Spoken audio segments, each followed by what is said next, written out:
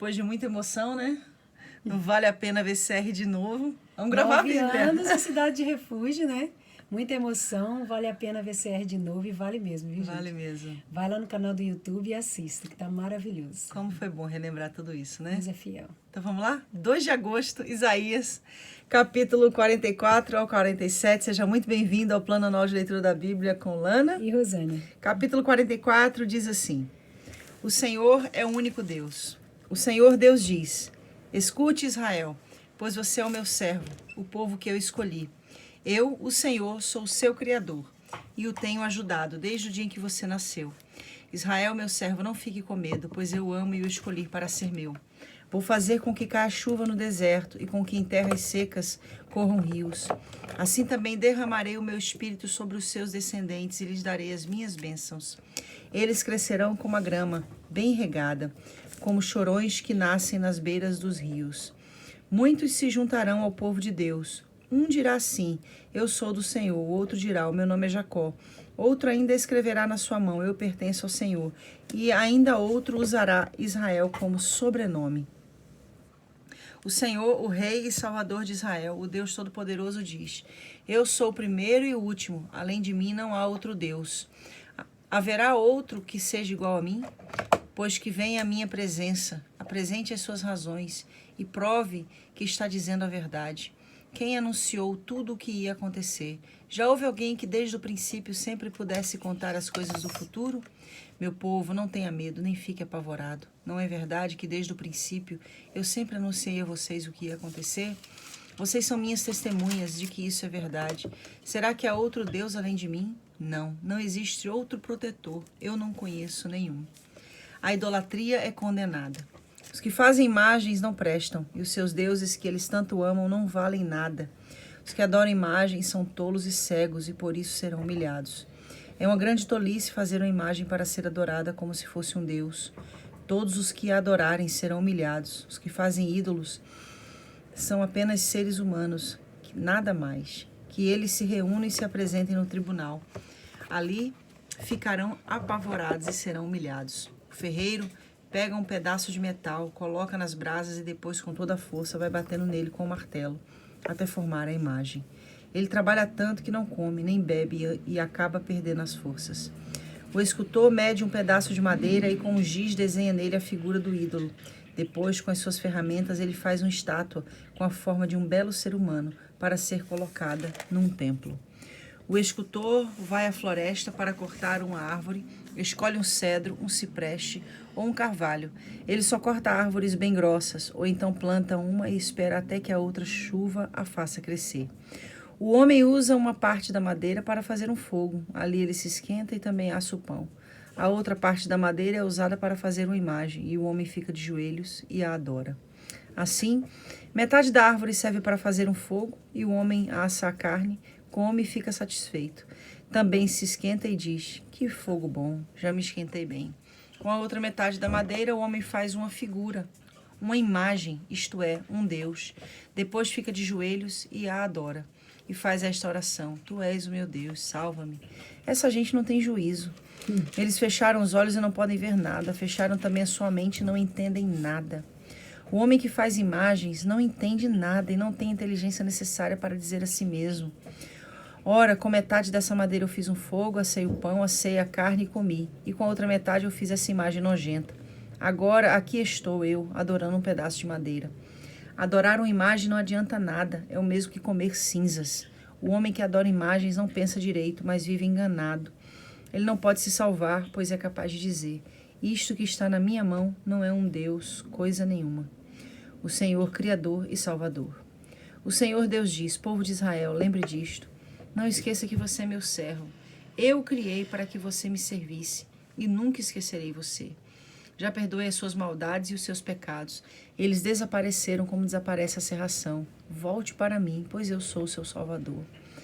Ó céus, gritem de alegria por causa daquilo que o Senhor Deus fez. Cantem louvores, lugares profundos da terra. Montanhas e florestas, com as suas árvores, cantem todos de alegria. Pois o Senhor salvou o povo de Israel e assim mostrou a sua grandeza. O Senhor, o Salvador de Israel, diz: meu povo, eu sou o seu Criador. Antes que você tivesse nascido, eu já o havia criado. Sozinho, eu criei todas as coisas, estendi os céus e firmei a terra, sem a ajuda de ninguém. Eu não deixo que se cumpram as mensagens de profetas mentirosos e faço com que os adivinhos fiquem parecendo tolos. Faço com que os sábios se enganem e transformo toda a sua sabedoria em tolice. Mas eu faço com que se cumpra a mensagem do meu servo e com que as palavras dos meus mensageiros aconteçam. Prometo que Jerusalém terá moradores novamente, que as cidades de Judá serão reconstruídas. Farei com que elas se levantem do meio das suas ruínas. Basta que eu dê uma ordem e o mar seca, e os rios ficam sem água. Sou eu quem diz a Ciro, você governará em meu nome, e fará o que eu quero. Você ordenará que Jerusalém seja reconstruída e que sejam postos os alicerces do novo templo. Deus escolhe Ciro para cumprir o seu plano. O Senhor ungiu Ciro como rei. Ele o pegou pela mão direita e lhe deu poder para conquistar nações e derrotar reis. Para que Ciro entre nas cidades, o Senhor abre os portões, e ninguém pode fechá-los de novo. O Senhor Deus diz a Ciro: Eu irei na sua frente, e aplanarei as montanhas, arrebentarei portões de bronze, e quebrarei as suas trancas de ferro.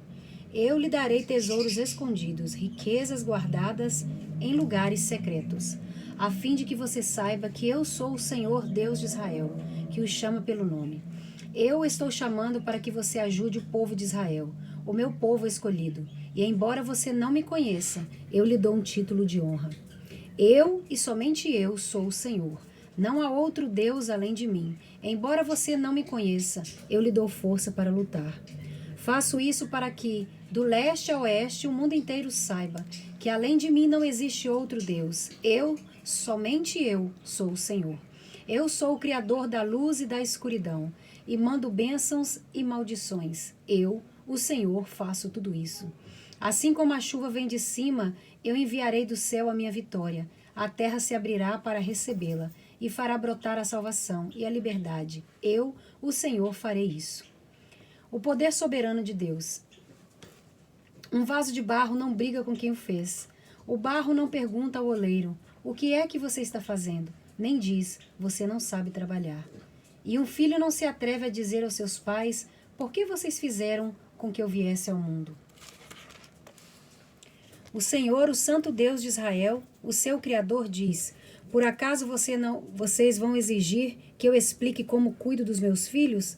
Vocês querem me ensinar a fazer as coisas? Fui eu que fiz a terra e criei os seres humanos para morarem nela. Com a minha própria mão, com minhas próprias mãos estendi o céu e ordenei que o sol, a lua e as estrelas aparecessem.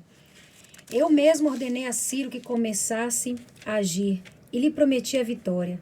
Eu aplanarei os caminhos por onde ele vai passar. Ele reconstruirá Jerusalém, a minha cidade, e porá em liberdade o meu povo, que está no cativeiro, sem exigir nenhum pagamento para fazer isso. Sou eu, o Senhor Todo-Poderoso, quem está falando. O Senhor diz ao povo de Israel: vocês ficarão com as riquezas do Egito, da Etiópia e dos moradores de Sebá, aquela gente alta.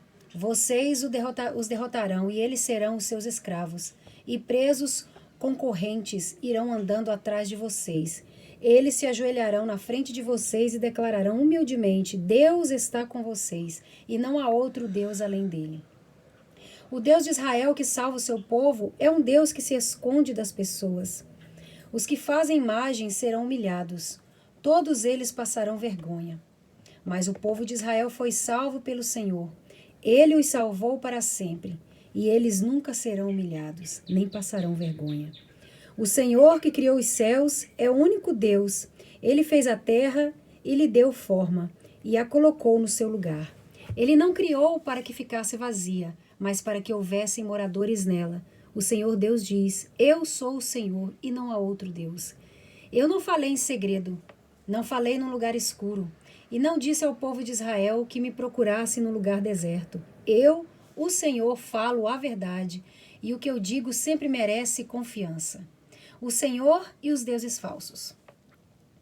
O Senhor Deus diz: venham e ajuntem-se todos os povos que escaparam com vida, e apresentem-se no tribunal.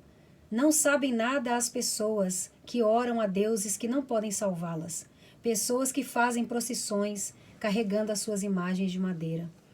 Falem logo e apresentem as suas razões. Consultem uns aos outros se quiserem. Quem foi que anunciou há muito tempo as coisas que iam acontecer? Não fui eu mesmo, o Senhor? Pois não há outro Deus além de mim. Eu sou o único Deus, o Deus fiel que salva o seu povo. Povos do mundo inteiro, voltem para mim, e eu os salvarei, pois eu sou o Deus, e não há nenhum outro. Fiz um juramento no meu próprio nome. O que eu digo é verdade, e nunca deixará de acontecer. Juro que todos se ajoelharão diante de mim, e prometerão ser fiéis a mim. Declararão que somente eu, o Senhor, posso dar poder e vitória. Todos os que me têm combatido ficarão humilhados e envergonhados na minha presença. Mas eu, o Senhor, darei a vitória ao meu povo, e eles me louvarão. Capítulo 46. A derrota dos deuses da Babilônia. Os deuses Bel e Nebo se inclinam e caem no chão. Esses ídolos são colocados nas costas de animais de carga. São um peso enorme para os animais cansados. Os deuses se inclinam e caem. Eles não podem se salvar. São levados pelos inimigos. Escute, povo de Israel, escutem, todos os descendentes de Jacó que ficaram vivos. Desde que vocês nasceram, eu os tenho carregado. Sempre cuidei de vocês. E quando ficarem velhos, eu serei o mesmo Deus. Cuidarei de vocês quando tiverem cabelos brancos. Eu os criei e os carregarei. Eu os ajudarei e salvarei. Com quem é que vocês podem me comparar? Quem é parecido comigo? Ah, gente que pega uma boa porção do seu ouro e uma enorme quantidade da sua prata e pegam ourives para que com esse ouro e com essa prata ele faça um Deus. E depois se ajoelha diante desse Deus e o adoram. Então carregam as imagens nas costas e a colocam no seu lugar. E ali ela fica, sem poder se mexer. Se pedirem socorro à imagem, ela não atende. Ela não pode livrá-los das suas dificuldades. Pecadores, lembrem disso. Pensem bem, tenham juízo. Lembrem do que aconteceu no passado e reconheçam que só eu sou Deus, que não há nenhum outro como eu. Desde o princípio, anunciei as coisas futuras há muito tempo. Eu disse o que ia acontecer, afirmei que o meu plano seria cumprido, que eu faria tudo o que havia resolvido fazer. Estou chamando um homem para que venha do Oriente, de um país distante. Ele vem rápido como uma águia para fazer o que eu ordeno. Vou cumprir o que prometi, vou fazer o que planejei. Gente teimosa, escute. Vocês pensam que a sua salvação vai demorar, mas eu vou fazer chegar logo a salvação que prometi. Ela não vai demorar, e em breve eu conseguirei a vitória. Eu salvarei os moradores de Sião e repartirei com o povo de Israel a minha grandeza. Babilônia conquistada. Capítulo 47. O Senhor diz: Babilônia, desça do seu trono e sente-se no pó. Você era como uma virgem bela, delicada e mimada, mas nunca mais será assim. Agora você é uma escrava. Pegue o moinho e comece a moer a farinha. Tire o véu, levante a saia e de pernas de fora atravesse os rios. Todos a verão sem roupa, completamente nua. Eu vou me vingar de você e ninguém poderá me impedir. O nosso Salvador é o Senhor Todo-Poderoso, o Santo Deus de Israel. Ele diz à Babilônia: sentem-se e fique calada. Vá para um lugar escuro, pois nunca mais você será chamada de Rainha das Nações. Eu estava irado com o meu povo escolhido, por isso o humilhei e o entreguei nas suas mãos. Mas você não foi bondosa com ele, pelo contrário, tratou até mesmo os velhos com crueldade. Você imaginou que seria rainha para sempre e não levou a sério o que estava acontecendo, nem pensou como tudo ia acabar.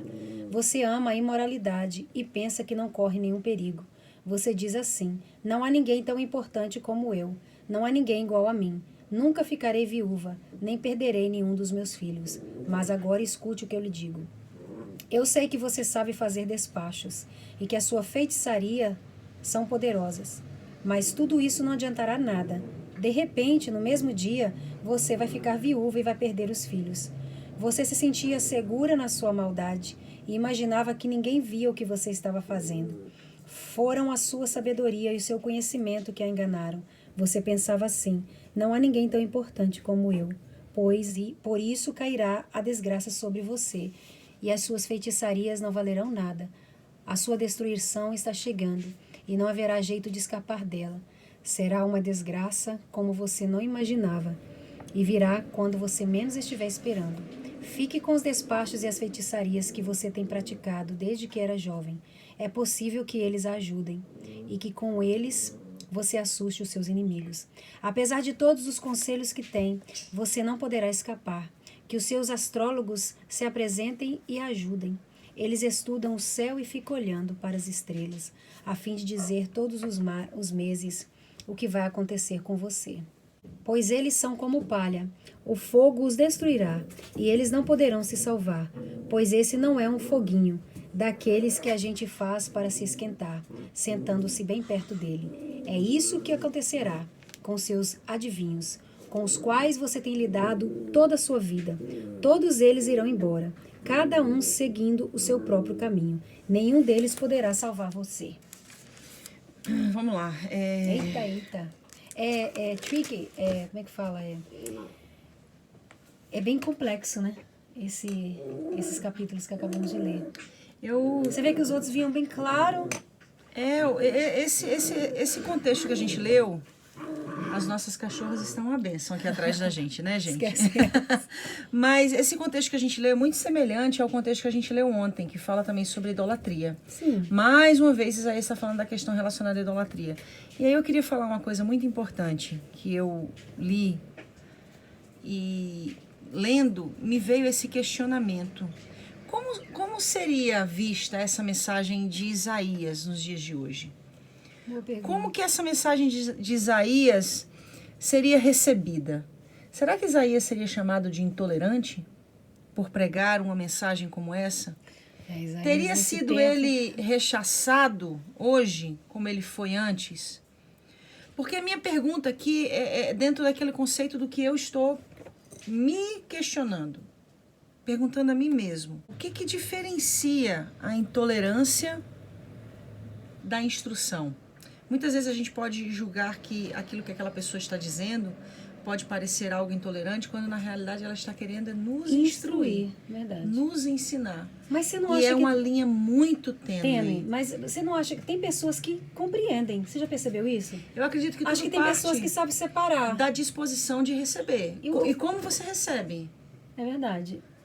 E por exemplo, como seria? Seria uma pessoa que orasse mais, uma pessoa que é mais, que tem mais empatia, ou uma pessoa eu acredito que tem mais, eu vou que ver busca como, mais. O que você acha? Eu vou ver como intolerante aquele discurso ou aquela palavra, e aí eu tô falando dentro de um contexto de uma ministração, uma palavra que vem com esse peso de instrução. Sim. Tá? Eu tô tendo como referência a mensagem de Isaías. Porque sim, existem discursos intolerantes, existem discursos que promovem a violência, existem discursos que não tem nada a ver que promovem o preconceito. Isso tudo é realidade. Eu não tô desconstruindo essa realidade. Mas é aí que tá, né? Atenção no que está sendo falado. Exato. Você não acha que hoje em dia as pessoas misturam demais? Assim? Essa falta de filtro, sabe? É um cuidado que a gente tem que ter, né? E aí eu paro e penso, o que diferencia então essa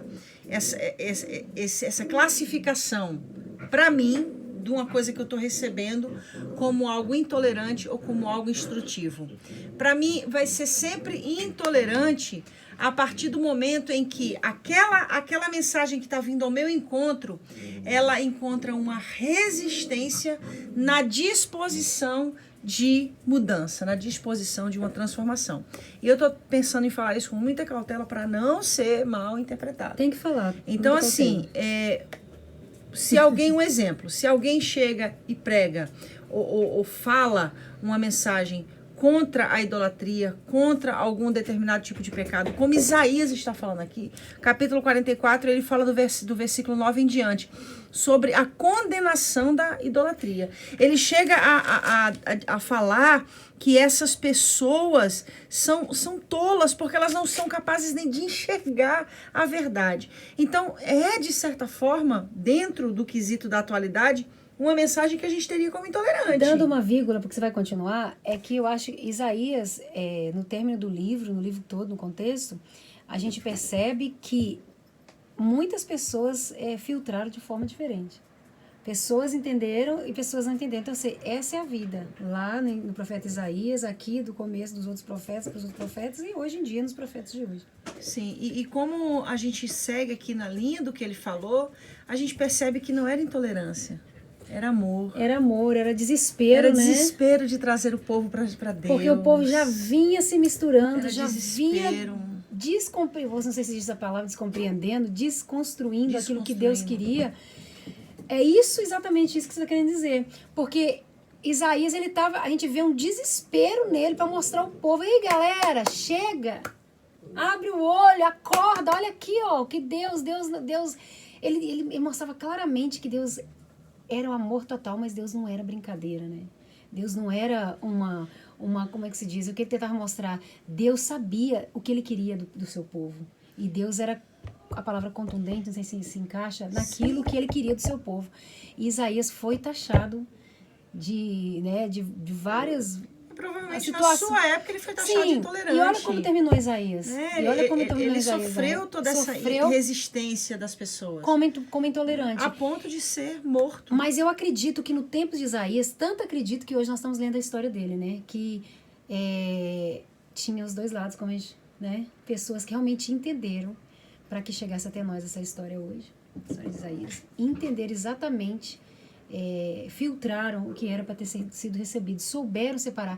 E aí que está o cuidado do profeta, do cristão, do que se diz cristão, para saber andar nessa linha fina deste mundo, principalmente nesse tempo de hoje. A gente tem que ter cuidado para não pregar somente aquilo que as pessoas querem ouvir. E nem somente aquilo também que a gente... falar somente aquilo que a gente mesmo às vezes acredita. Porque o que acontece? Porque como você disse, é uma linha tênue, né? Não só para você, é para nós, é para todo mundo, é um leque de pessoas, né?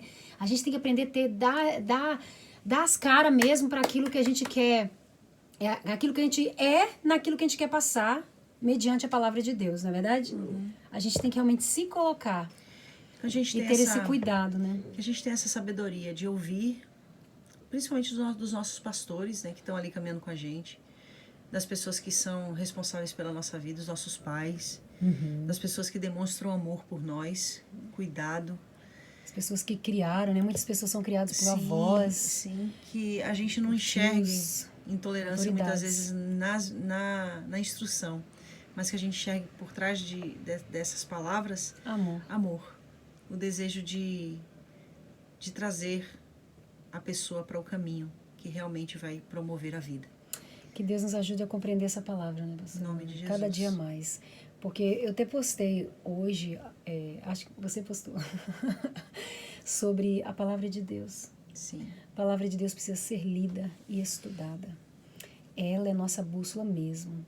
É palavra, estudo, é oração, para que a gente não tropece, né? Para que a gente tenha esse equilíbrio em Jesus, equilíbrio dentro da proposta do Evangelho, equilíbrio dentro da proposta onde você estiver, equilíbrio na sociedade, equilíbrio em tudo. E eu vou falar, eu sempre vivi falando, e eu acho que vou morrer falando, equilíbrio. Jesus é equilíbrio. E esse equilíbrio que nos faz compreender a sua vontade para com a gente nessa terra. A cruz de Cristo era do centro. Mais um pouquinho para o lado era o ladrão. Deus abençoe vocês e até amanhã.